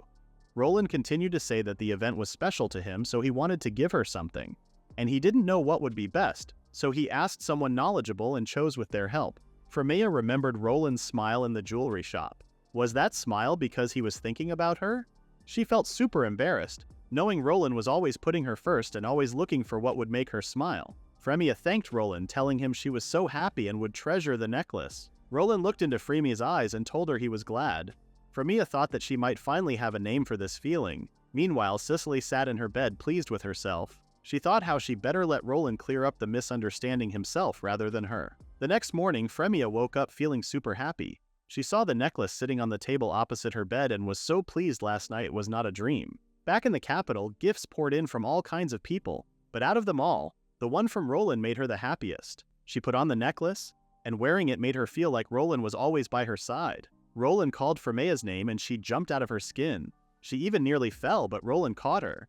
He asked her if she was alright, explaining that he knocked but she didn't answer, so he came in to wake her up. Frémea told Roland she was fine, and Roland smiled, seeing she was wearing the necklace. Frémea told him of course she was wearing it because it was a gift from him. She asked him if it suited her. Roland smiled, telling Frémea it suited her very well. Frémea thought how Roland was acting the same as always, but now that she had admitted how she felt, she was all flustered. She couldn't believe that just a few words from him could shake her so much. She asked him if he was going out to work again today, reminding him that he could always take a day off. Roland told her that he appreciated the concern, but today there was an urgent request. Frémea asked Roland if that was true, and if so, she was sure he had no choice. She turned to Cheshire, telling her that it felt like she was always the one on house-sitting duties. Roland worked so hard to make Frémea's life easier, so was there something she could do for him too? Meanwhile, Roland arrived at the guild to see his friends calling him over. There was a crowd of adventurers today, so he asked if a nasty monster had shown up. Cicely told him it was the worst kind, and Luna added it was a calamity, utterly revolting. They turned to the board to see that it had been plastered with requests. Roland wondered if it was still to cull giant locusts. His friends told him they were wrecking the fields with jaws strong enough to crush rocks. They also bounced all over the place, a huge swarm taking over. To make matters worse, they couldn't use powerful magic or they would wreck the crops in the process. Roland knew it was bad, learning that these pests created havoc on the harvest, and he didn't want Frémea going hungry. So they headed out to the fields to see that several parties had already assembled. The grasshoppers were much bigger than expected too. Cicely began to laugh awkwardly, telling the boys that they were bad with bugs, so it was up to them. Roland asked her if she was joking and she stuttered that of course it was a joke. But it was true. The bugs were super creepy and fast too. They would make anyone's skin crawl. Roland told Mash that the bugs had insane springs, but one-on-one they weren't that tough. Their only problem was the number of them. They decided to set off regardless, striking down the bugs one by one. They swarmed the air as well as the land, and it felt like there truly was no end to them. They were still pouring in from all over. Roland found the task completely mind-numbing. He asked if they were ever finishing this cull. Cicely told Roland it was okay. The bugs had a habit of burrowing into the ground at night to sleep. Luna added they just needed to hold out until sundown, so that was what they did, already fed up with the pests. Roland came home to Frémea completely exhausted. Frémea rushed over to ask if he was alright. He admitted he was fine, but Frémea had never seen him this defeated. Roland admitted that although he was physically fine, mentally he had taken some damage. Frémea asked Roland what had happened, and Roland smiled, explaining the story. Frémea, with Cheshire in her arms, was stunned to hear about the locusts. She knew that with that much fighting non-stop, anyone would be worn down. She was glad Roland was safe though. But then Roland told her that the cull wasn't entirely defeated yet, saying that the grasshopper swarms would keep advancing for about a month, and more were coming from the west. So adventurers would need to keep rotating for a month to keep culling. Frémea was convinced that was impossible, and Roland requested that they close the church for a while starting tomorrow. It was the town's lifeline and they should prioritize this response. But Frémea told him if that was the issue, then it was her turn. She told Roland that a saint's power doesn't only heal wounds and illnesses, but the fields were at least twice the size of the town. She told Roland she should be able to handle that much. Roland smiled and asked if that was the case, then could they ask for her help? Frémea was more than happy, telling him they should go first thing tomorrow. Roland thanked her sincerely, as Frémea told him that it was practically her duty as a saint, especially since Roland was in trouble too. So the next morning they headed back into the fields, and Cecily called Frémea with a smile. Frémea rushed over, telling Cecily that the scene was even worse than she imagined. Cecily admitted that they didn't know what to do anymore with the infestation. Cecily asked Frémea if it was true that she was going to attempt to fix this. Frémea smiled, explaining how a saint's light can repel evil and punish it. But Roland told Frémea to leave it to him. Not to mention they had attracted a few curious eyes, surprised to see that the saint was there. Frémea began to pray for the Lord to protect her people. She called for the light of heaven to become a wall that bars the wicked. And finally for holy light. The light appeared, expelling the bugs in a split second. The fields were clear as daylight. Frémea breathed out, knowing it was done. Cecily leapt onto her, amazed that Frémea had eliminated the monsters. The townspeople thanked her. Frémea explained that her prayer set up a barrier so they would be fine for a while. Of course, Roland expected nothing less of Frémea. He smiled proudly at her. Frémea grinned, telling him it was only natural. She told Roland that from now on she wanted him to lean on her more and that she could step up when it counts. Roland looked into Frémea's eyes, telling her yes. Frémea was relieved that she could help out today, but as everyone celebrated, a dark figure felt Frémea's presence. And he didn't like it. Goblins, demons, monstrous wolves, and other creatures gathered with one motive: to kill. They wanted to shed blood and destroy the saint. News that a monster horde was on its way spread like wildfire, and the adventurers knew they needed to prepare themselves. An insane number of monsters was moving toward the town, thousands of them advancing as one. There were disagreements over what should be done. Some were eager to fight, while others knew it would be hopeless. Cecily announced that guilds from other towns were calling in to help, but even that might not be enough to defeat them. Roland told Cecily that Luna was right. Monsters don't swarm across species. Small mixes happen, but a flock of that size doesn't occur in nature. There was only one exception, when something with overwhelming power was controlling them. A demon or the Demon Lord's army. Mash told Roland he sure knew a lot. Cecily yelled, asking if it was true that there was a Demon Lord, and she was informed that the great nations were already at war with the Demon Lord's army. They had no idea why they were targeting a small town. Mash agreed they could never guess what demons were thinking, but they needed to do what they could. The girls agreed, but Roland had a really bad feeling about this. He could only hope it would turn out to be nothing, but if not, they needed to be ready. Roland told Frémea that the large-scale operation was in 5 days and that they would intercept the monsters before they reached the town. Frémea asked Roland if he was going too, and reluctantly asked if there was a chance of victory. Roland closed his eyes, telling her he couldn't promise anything. But what he did know was that Frémea needed to evacuate, but Frémea said no. She was fighting too. Roland asked her what she was saying. The force was far too powerful and it was too dangerous. Frémea told Roland that she knew he was putting her safety first. That was exactly why she could raise a barrier to protect everyone and heal the wounded, which would raise their odds of survival. Roland couldn't deny that having Frémea there would help many, but he didn't want to put her in danger. Yet Frémea couldn't imagine Roland going into battle while she ran away. She knew he was strong, but she worried about him too. She couldn't just sit and wait. She smiled, telling Roland she knew she would be safe because he was there to protect her. She knew it was unfair to say, but deep down she believed she had to do this. Roland told Frémea he understood and he would swear on his life to protect her. The day of the operation approached soon after. Frémea and Roland headed to the cliffside and knew it was time. They saw the monsters approaching. They had scraped together an army of 1,000, but the gap was still huge. Cecily admitted that normally they would have no chance, but this time was different. Mash called everyone to their battle stations as the monsters crossed the line. They planned to ambush them in the ravine so they couldn't flood the plains and to fight inside the Saint's barrier. Roland explained that this barrier blocked attacks coming from the outside. Any monster that got in would have its abilities lowered, while allies would be boosted. Inside the barrier, the blessing healed light wounds instantly. Unless it was a killing blow, no one would die. Frémea explained that she needed to keep praying to maintain it and that she couldn't move. If it was heavily damaged or if she reached her limit, the barrier would drop. It was a heavy burden on the Saint, Roland announced, but Frémea told him he would be using his physical strength just as much. Cecily knew it was a race against time, and they vowed to keep Frémea safe no matter what. Frémea looked at everyone and knew she was ready. She held her hands together and began to pray to shield their people from the wicked and to bring hope. Everyone gasped as the light appeared, and the monsters stopped in their tracks. Cecily announced for everyone to move out, and Roland would guard the Saint. The battle began, and the adventurers fought hard and fiercely. The monsters were terrifying, appearing in all shapes and sizes. Some were giants, taking several people to bring down. Someone screamed that a large one was coming Roland's way, and he turned to see a panther snarling at him. He raised his sword and killed it swiftly. Fortunately, the battle was going smoother than he expected, but the monsters kept coming with no end in sight. Roland looked around and Cecily asked him what was wrong. Roland noticed he had not yet seen the demon leading the swarm, despite it being a while. They wondered if he had fled after seeing the barrier. But then there was a noise. Roland yelled for Frémea, who looked up.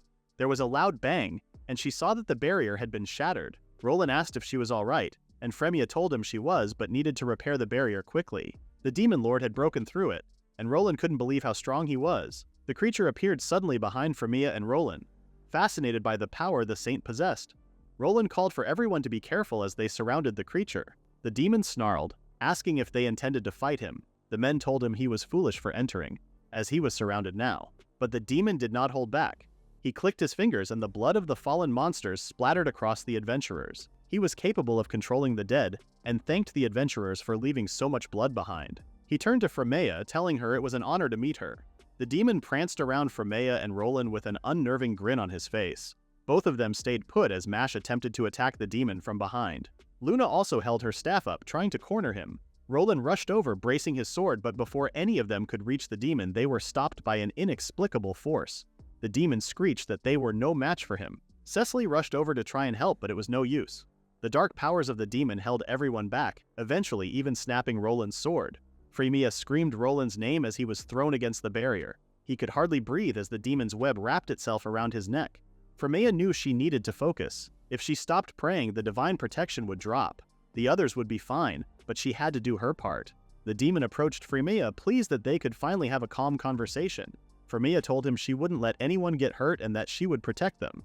The demon told her to relax because from the start, she was his target. Frémea asked the demon what he meant, looking at him with pure fear. The demon told her he meant exactly what she feared.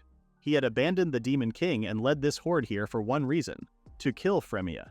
He told her that a saint's power even worked on demons, a threat that would hinder them eventually, so he decided to remove the peace first. That was why he came. And Frémea was too slow, too focused on protecting her people. He told her that because of her, her friends would continue to bleed out and more humans would die. Frémea told him no, but deep down that was what she feared, that she was the one who had attracted the demons here. Frémea began to sob, apologizing. If she hadn't been here, none of this would have happened. The demon told her that her sin could only be paid with death. He would pardon her friends for the price of her life. Frémea asked him if she died. Would he let everyone go? He said yes. Frémea knew this was her chance to save everyone. She was the saint, and this was what she needed to do. The demon told her he could tell what she was thinking before offering to kill more people to help her decide. He pointed to Cecily, and Frémea pleaded with him to wait. The demon told her she needed to decide. Frémea knew he was right. If she gave her life, everyone would live. The demon applauded her decision, and Frémea began to cry. She closed her eyes, knowing this was it, but all she could think about was Roland. Roland was weak and bleeding out. He was barely conscious. But a little boy spoke to him, telling him that the woman he cherished was breaking in front of him. He needed Roland to remember his duty, not to let Frémea feel fear. Even if it meant he could no longer stay by her side, even if she came to hate him, even if he faced the hell of losing her. Roland's eyes opened and he lunged at the demon who was about to end Frémea's life. He punched him across the face, ordering him to stay away from the saint. Frémea gasped, unable to believe Roland was standing in front of her. Something was growing from his head.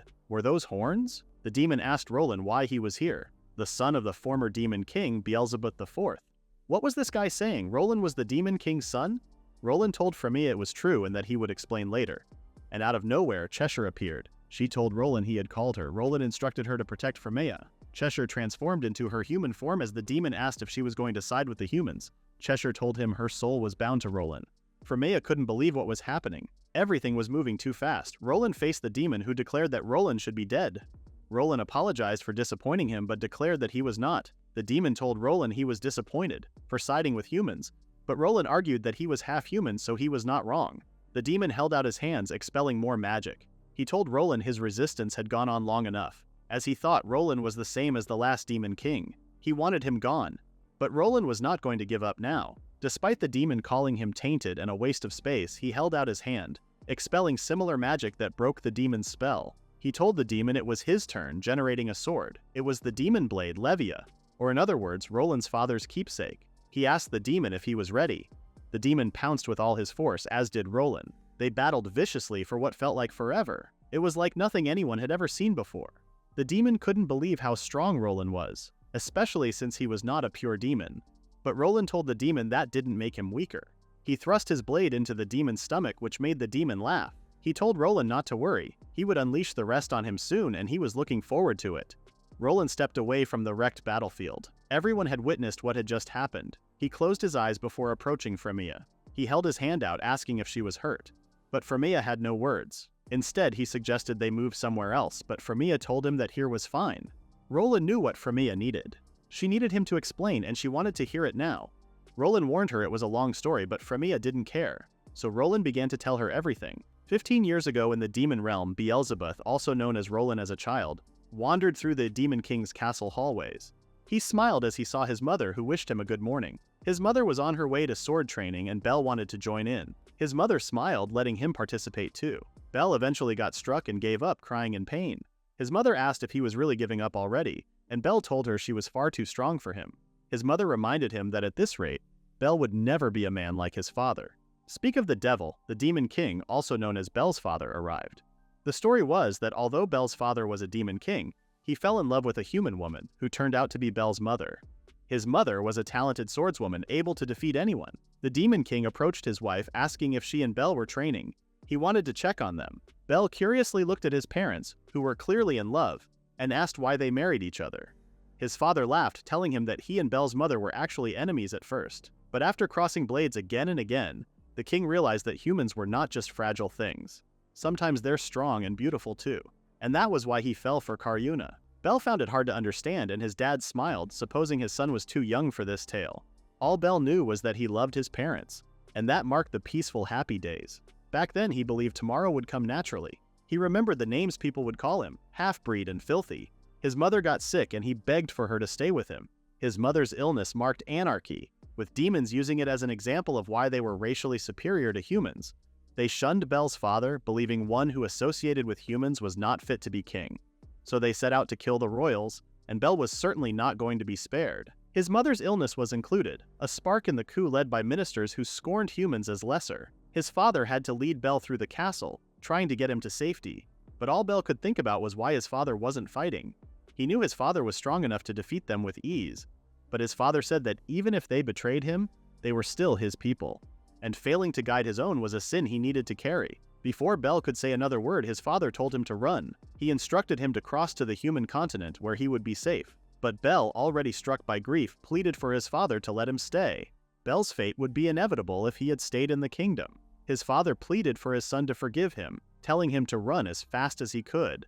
As much as Belle pleaded, his father's decision was final. He told his son to live as whoever he wanted and to be true to himself. He cradled Belle one last time, reassuring him he would be fine. And that was it. Belle woke up on the shore of a land he didn't know. He was completely alone and afraid. He wandered the lands, remembering his father's last words, telling him to live. But he didn't even know how to make it through each day. He had no aim. He could only wander through villages and towns, listening to the hearsay about the Demon King hating humans. So he found sanctuary in the woods, resting by a tree. That was until he was approached by a snarling wolf. But Belle had given up, and he even thought that if he was going to die, at least he would see his parents again. It was then that he met her. Frémea. Back then she was a little girl who prayed for Belle to live. Frémea introduced herself, and Belle was about to formally introduce himself. But then he remembered that his real name might cause him some trouble. He lived in Frémea's village, where she took him in and befriended him. Those gentle, somehow familiar days with her healed his heart and body. Belle never thought he could feel this way again. He knew that if he could stay with this girl, then maybe he could keep living a little longer. One day Belle woke up to hear that there were envoys from the capital. No one was sure why they were there, but Belle feared they were here for him. He listened in on the meeting at the council. To his surprise, the officials were not there to discuss Belle. They were there to discuss Frémea. They were planning for her to inherit their nation's treasure, the mantle of saint, and decided to wait until she was 10, starting with teaching her the basics.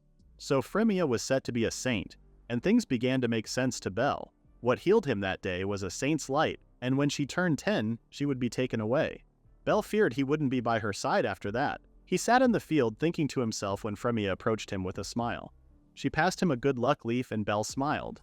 He told her that he wanted her to keep it. Frémea smiled and Belle knew that he needed to do everything he could to protect that smile. This world was cruel, and this time he needed to protect what was precious. So he decided that he would become the saint's knight, a new purpose and a reason to live. 5 years passed and Roland stepped foot into the capital, where Frémea was waiting with a nun. Bel announced that from today, he would protect Frémea as her personal knight, introducing himself as Roland. Roland looked up to Frémea to tell her that was his story. Frémea asked if he truly was that boy from all those years ago, and Roland said yes. As he grew older, his hair grew darker and he took a new name to hide his identity. Frémea didn't seem to realize it was him, so he kept it quiet. He knelt before Frémea and apologized to her for hiding all this time. He told her he was a hybrid, half human, half demon, and because of that he could no longer stay with her. If he did, he would only poison her life. Frémea gasped, but Roland knew he would be feared, and he couldn't erase the fact he lied. Even from afar, if he could watch over her from the shadows, that alone was enough for him. He told Frémea serving her had been his greatest honor, and he needed her to live strong. Roland got up and began to walk away, but Frémea clung to him. She pleaded for him not to leave her, not to disappear from her life.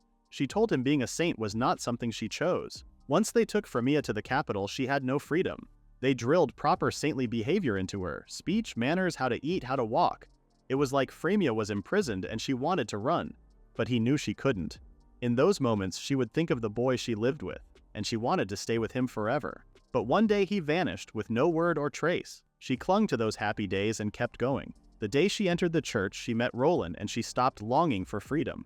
Frémea told Roland he was always there for her, gentle when she needed it, strict when she needed that. She made it here because Roland was by her side. She told him not to leave her. She didn't care what he was or the past he carried, and if he needed to go somewhere, she would go with him as long as she had him. She asked him to stay. Roland hugged her as she cried, and he thanked her. The next day, Frémea woke up to Roland telling her breakfast was ready. It was like any other morning, with Frémea still sleepy. The only thing that got her out of bed was Roland telling her breakfast was going cold. Sometime after the battle with the demon, the city slowly found its peace again. Frémea returned to the crowd with Roland and apologized to everyone. She told them the attack happened because she was here in this city, and she endangered people. She announced that she would leave this town after what happened today. But to her surprise, the townspeople did not want her going anywhere. They told her she did nothing wrong, and since she arrived, she had helped more people than they could have ever imagined. They couldn't bear the thought of her leaving them, not to mention the people needed her, and her protection meant that there were no fatalities during the battle. They knew that they were safe as long as she was there. They turned to Roland, calling him the saint's strongest knight. With him around, no one was beating them. Roland smiled, knowing the townspeople accepted him too. He promised to protect the saint no matter what. Everything precious to her, this city, these people, he would protect it all. The crowd cheered, and Frémea smiled brightly, knowing her knight was going nowhere. The townsfolk accepted why the demons came and even Roland's true identity. Roland brushed Frémea's hair that morning and admitted he didn't think they would forgive them. Frémea looked up, telling Roland he had always been by her side, and she knew he would still be there. She announced that she was so happy she met him, but she asked what she could give him back. Roland told her that as long as she was by his side, that was enough repayment for him. Roland headed out on his adventures and Frémea waved him goodbye. She told him to be safe. Roland took a breath and made his way to the guild. Flashbacks of the painful words people used to call him came to mind, but he knew this time was different.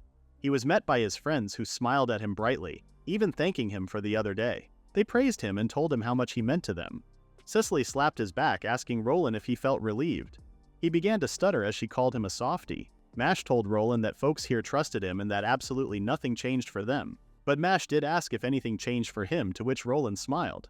He told them nothing had changed for him either and thanked his dear friends. They all made their way to the dashboard to pick a task, and there Cicely asked Roland how Frémea was. Roland told her that she was doing fine thanks to her. Cicely breathed out, admitting she was worried Frémea would still be blaming herself. Roland admitted she does a little bit, she just doesn't show it. But the adventurers told Roland it was the least they could do and Frémea shouldn't be carrying anything. They decided to set off and Roland told them to swing by later. They attacked a vicious wolf, the last of a pack that was haunting the town, and their day of work was over. Mash couldn't believe how quickly Roland cleared the pack. Cicely even scolded him for trying too hard, making everyone else look useless. Roland sheepishly apologized, not even realizing how amazing he was at fighting. Roland admitted he just wanted everyone else to take it easy since they helped him so much. But they still told him how strong he was, asking if his dad taught him how to fight. Roland told them his father taught him magic and his mother taught him swordsmanship. He told them his mother was human, and she was very strong in close combat, maybe even stronger than his father. Mash asked Roland what his mother's name was, and Roland told him Karyuna. Mash gasped, asking if he was talking about Karyuna, the sword princess, also known as the strongest in the world. They could now understand why Roland was so good. But Roland knew one thing. He was nowhere near his mother's level. The others shrugged. If he was all right, then they were all weeds. Mash asked Roland if he could teach him swordsmanship. He figured he could get a bit stronger that way. Mash felt guilty that he couldn't do much during the battle and didn't want to freeze when it counted. Luna then stepped forward asking if Roland could teach her magic too, not to mention Cecily, who was already winking at Roland. The gang told Roland they wanted to stay as his teammates, and next time he needed to fight, they wanted to stay by his side. They also wanted to protect Frémea. Roland looked at his friends, completely lost for words. He smirked, letting them know his training style was tough. The others cheered, telling him to bring it on. Roland wasn't joking when he said his training style was intense. The entire gang lay defeated on the forest floor. Roland smiled, telling his friends they would call it a day. Cecily told everyone she felt like dying, and Luna commented on a real demon drill sergeant. Roland smiled, reassuring them that they had at least gotten stronger. Mash turned to Roland and told him they should all go and get drinks tonight. Roland was confused about why Mash was suddenly asking him to hang out. Mash explained he had held back before because Roland was Frémea's guard. There was a wall between them, but now that they knew who he really was, that wall was gone. So they wanted to have some fun tonight. The girls were in on the idea and suggested they invite Frémea too. Roland told them he appreciated it, but she had only just turned 20 and wasn't used to drinking. But he was quickly interrupted by Mash, who suggested they do it at the church then. He would bring drinks and food, and Cecily even suggested Roland do the cooking. Talk about inviting yourself over. Roland smiled and told them they were welcome. So Frémea was met by a pleasant surprise when Roland returned with the whole squad. It was quite the occasion, and Roland decided he would put his heart into hosting them with a side of thank you. He cooked up a storm, and the feast looked incredible. His friends gasped, seeing the delicious platter in front of them. It felt like they were in a restaurant. Frémea smiled, telling them Roland was ace at cooking.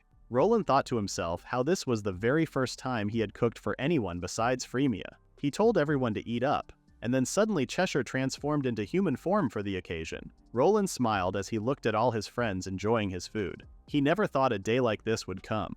Mash wrapped his arm around Roland, telling him he was so glad he met Roland and Frémea. Cecily laughed, reminding Mash he was drunk. Mash asked why they decided to come to this city, and Frémea looked up, asking Roland if he had told their friends the story. Cecily admitted she had heard what happened, as did Luna, so Mash was the only one in the dark. Roland smiled, reassuring him they would tell him now. Roland admitted they were never aiming for Urias at first. When they fled the capital, Roland asked Frémea if there was anything she wanted to do. They were finally free and could go wherever they wanted. Frémea smiled, telling Roland she wanted to go back to her hometown. She wanted a quiet life, just like when they were kids. So they arrived at the town, which had completely changed over the years. There was a major development project turning the quaint little town into a bigger city. The original villagers were relocated during construction, scattered to who knows where. Frémea looked disappointed and asked if they could leave. This wasn't the place she wanted to settle in. After that, they left the country and traveled. No place felt right, so they kept moving. Just when traveling forever sounded like the plan, Frémea and Roland arrived in the next city, Urias. Frémea loved it, and they spent the day looking around. They tied their horse up, looked at the coast, wandered through the streets, and even met some cute kids. They both really liked the place. Suddenly, there was a scream. A horse had gotten loose and was rampaging through the town. Roland rushed to help, grabbing the horse and calming it down. Frémea saw a child crying in pain. He had gotten hurt in the incident, but luckily Frémea was there to heal him. She prayed for the kid, healing his broken leg in minutes. Frémea turned to Roland, who smiled at her for helping. But of course, her powers attracted a crowd of many who were in disbelief. They couldn't believe a saint had come to them, and soon Frémea was met with dozens who asked for her help too. The injured boy's grandpa took Frémea and Roland away from the crowd. He thanked them for saving his grandson, but Roland asked why people were talking about waiting for a saint. Grandpa explained that about 20 years ago, here in Urias, the saint of the Clerica kingdom and her priest lived in the church on the hill. Frémea was shocked to hear there were saints outside the country too.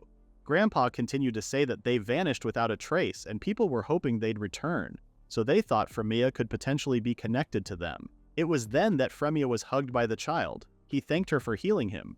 Frémea was so shocked that the kid thanked her, since it had been years since anyone had shown her any gratitude. She didn't know how to react. Grandpa asked Frémea and Roland how long they were planning to stay in the town. Roland told him they didn't know, as they were travelers and hadn't found a place to settle yet. Grandpa offered for them to stay in their city, even for a while. Roland looked at Frémea, who smiled. She said yes, this city felt right to her and she could sense they were welcome. So Roland agreed and told the man they would be in his care. Soon after, they moved into the church. It was only meant to be temporary, but Urias was even better than they imagined. Before they knew it, they wanted to stay. Mash asked if it was true that they weren't planning to stay here from the start, and Roland agreed.